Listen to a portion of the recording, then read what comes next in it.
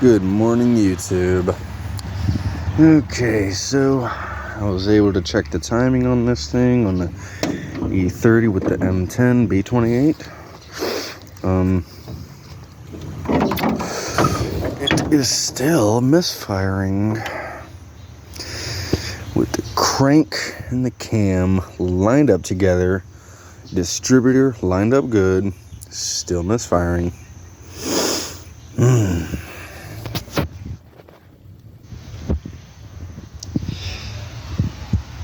I have a feeling this might be turned a certain ways that it's not supposed to.